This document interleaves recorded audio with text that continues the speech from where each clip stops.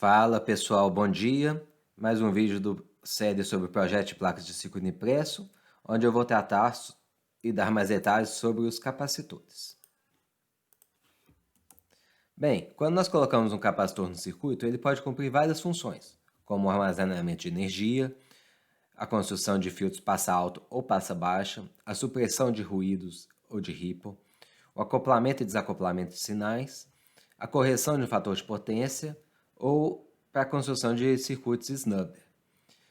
No caso de placas de eletrônica, as funções mais comuns são as 4 primeiras.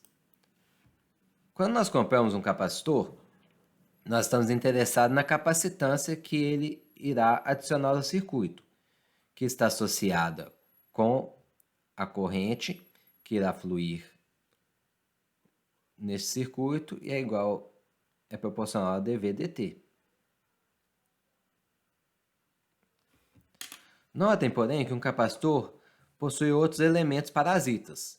Os mais importantes são a resistência série equivalente, ESR, na sigla em inglês, e a indutância interna, que está associada à célula do capacitor mesmo e a conexão dessa célula aos terminais do encapsulamento. Há também uma indutância externa ao capacitor, que pode ser, por exemplo, a conexão do terminal de encapsulamento à trilha da PCB, ou mesmo a impedância que essa trilha irá adicionar. Se nós tivermos uma conexão longa entre o capacitor e o ponto onde o capacitor precisa atuar, essa trilha terá uma indutância. E qual é o efeito desses elementos parasitas? Se nós tivéssemos um capacitor ideal, a impedância dele na frequência iria diminuir com o aumento da frequência.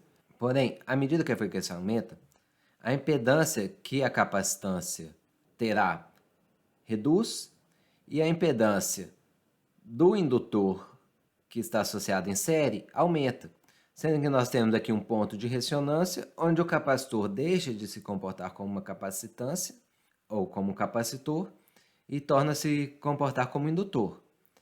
A resistência série equivalente também aparece aqui. Nós teremos um momento aqui que ela domina, então nós temos aqui nessa curva em V, na verdade, um platô, uma parte plana embaixo, que é denominada pela resistência série. Há diversos tipos de capacitores. Aqui eu mostro para vocês os principais.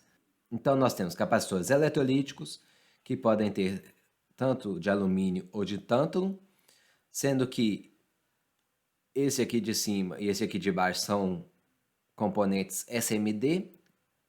SMD significa Surface Mounted Device, ou seja, dispositivo montado na superfície. E esse aqui do meio é um capacitor eletrolítico PTH, Pin Through Hole, ou seja, o pino dele tem que passar por um buraco e a gente solda, que era o tipo de encapsulamento mais tradicional.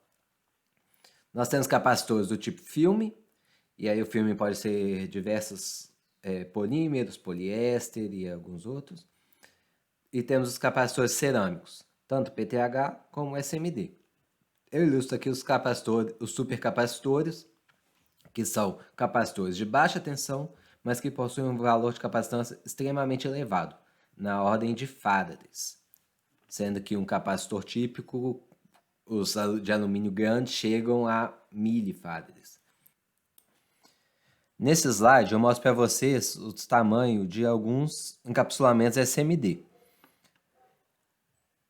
Os tipos de encapsulamento para resistores, capacitores, recebem a nomenclatura por dois números, que tem a ver com as dimensões, a largura e o comprimento, sendo que normalmente a gente utiliza em polegadas.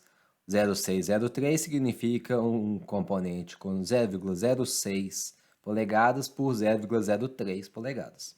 Em milímetros, isso dá 1,6 por 0,8. Eu recomendo a vocês fortemente a utilização de componentes SMD.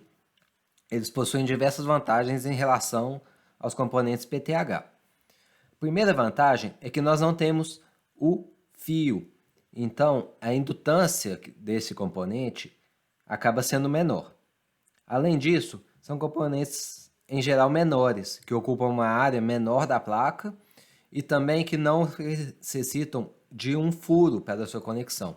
Facilita a fabricação e também não ocupa as outras camadas, que não aquela onde o componente está colocado, e a gente pode utilizá-las para passar numa trilha, por exemplo. Pode parecer que é pouca coisa, mas numa placa com alta densidade de componentes, se para cada um nós precisarmos de um furo, fica muito difícil rotear as nossas trilhas.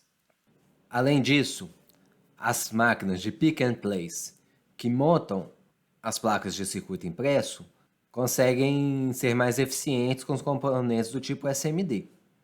A gente também consegue montar esses componentes na mão.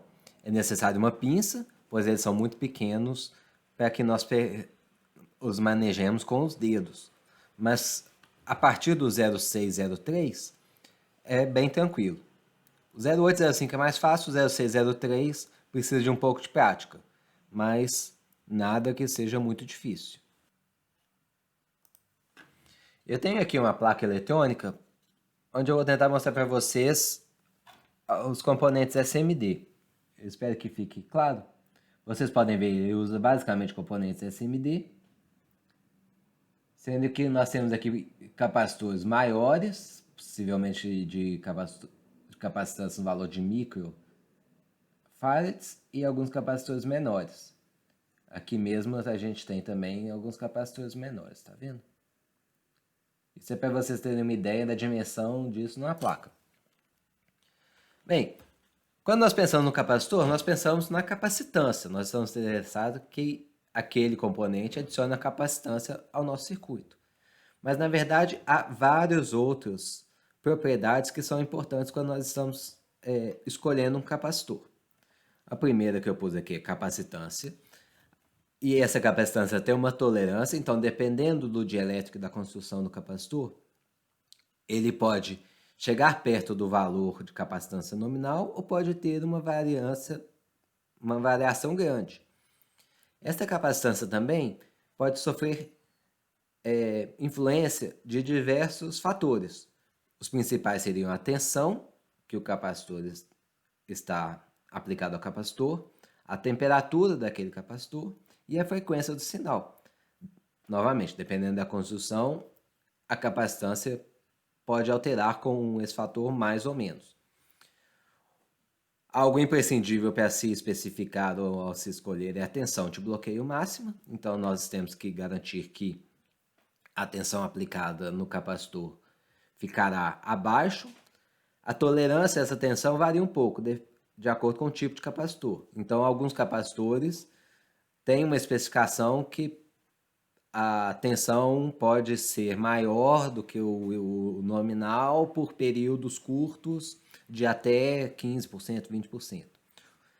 Depende do tipo. Alguns capacitores têm polaridade, ou seja, nós podemos aplicar tensão nele apenas... Ele tem um terminal positivo e negativo e a gente só pode aplicar tensão positiva nesse capacitor. Outros são indiferentes, então a tensão pode ser positiva ou negativa. Os capacitores têm corrente de fuga, então se eles estiverem carregados, uma pequena corrente irá fluir por ele, descarregando, pode ser importante ou não, depende da aplicação. O capacitor também tem uma corrente máxima de carga, porque à medida que corrente fluir nele, irá produzir calor e ele irá esquentar. Então é importante que essa corrente seja limitada para que o capacitor não esquente demasiadamente e a temperatura tem um efeito grande no envelhecimento do capacitor.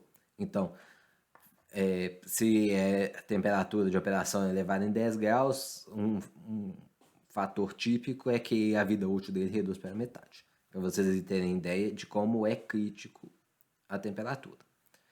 Teremos também o que eu mostrei, né, que são as perdas ôhmicas e a resistência série equivalente. Muitas vezes nós não temos o ESR diretamente, mas na folha de dados nós temos um fator de dissipação, que é a relação entre a resistência e a impedância da capacitância. e o fator de dissipação é o inverso do fator de qualidade.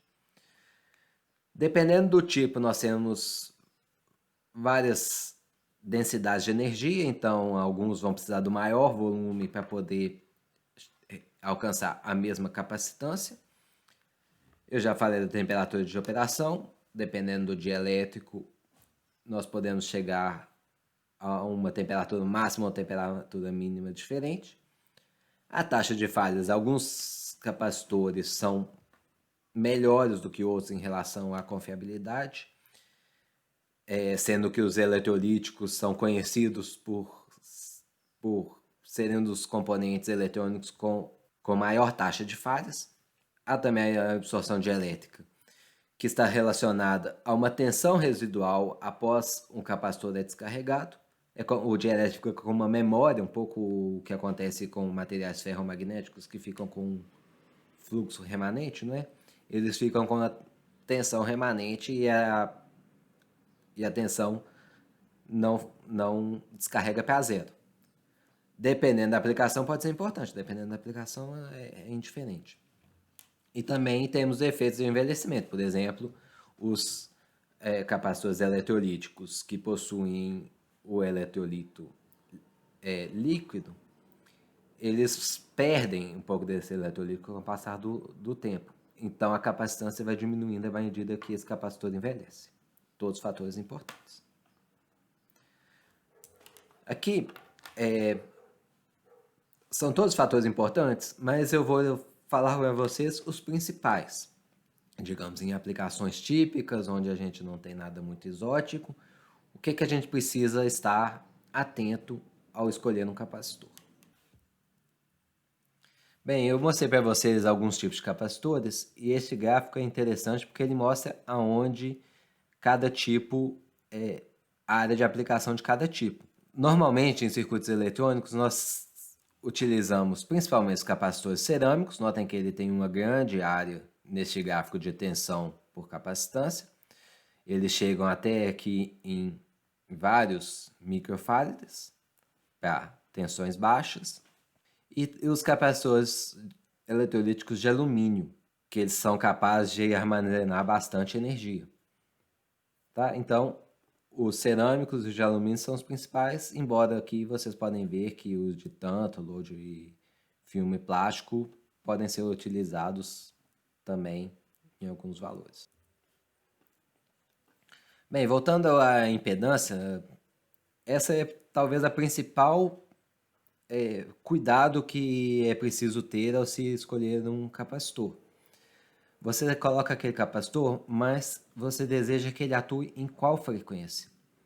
À medida que a frequência aumenta, o efeito da resistência série equivalente, e principalmente da indutância, cresce. E muitas vezes você coloca um capacitor achando que está adicionando uma capacitância naquele circuito, mas na verdade a gente já está na área em que a indutância começa a dominar e aquele capacitor acaba se tornando inútil. Eu tenho aqui um capacitor de 1000 microfarads eletrolítico de alumínio. Notem que ele tem aqui uma parte, a base da curva é aberta devido à alta resistência série. E eu tenho, por exemplo, aqui um capacitor de 10 microfarads cerâmico. ML é de Multi-Layered Ceramic Capacitor. Esses capacitores têm uma qualidade muito maior. Então, se eu colocar um capacitor de 10 microfarads eletrolítico, eu tenho um efeito de capacitância aqui já nas centenas de kHz, eu tenho uma impedância alta, sendo que o capacitor cerâmico ele consegue acrescentar uma impedância muito menor no meu circuito nessas altas frequências. É interessante notar também que, dependendo da frequência, um capacitor de capacitância menor pode ser mais efetivo. Digamos aqui no 10 MHz, o meu capacitor, digamos que esse aqui é o de 100 nanofarads, 100 nanofarads vai apresentar uma impedância muito menor do que um capacitor de 10 micro. Então, é por isso que a gente vê nos circuitos eletrônicos, muitas vezes, vários capacitores em paralelo de capacitâncias diferentes. Por quê? Porque cada capacitor vai filtrar bem em uma frequência específica, em uma banda da frequência. Então, o que eu poderia fazer aqui é colocar o meu capacitor de 10 micro com um capacitor de 1 micro, com um capacitor de 100 nano, por exemplo, e nós teríamos uma impedância que seria algo, não exatamente, tá, gente? Mas seria algo como...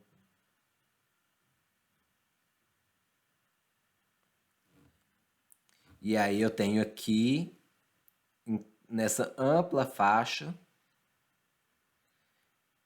eu tenho o comportamento esperado de um capacitor, de servir como curto-circuito para aquela frequência. Como esse vídeo já está ficando muito longo, eu vou terminar por aqui e vou gravar um outro depois sobre os demais parâmetros do capacitor. Até!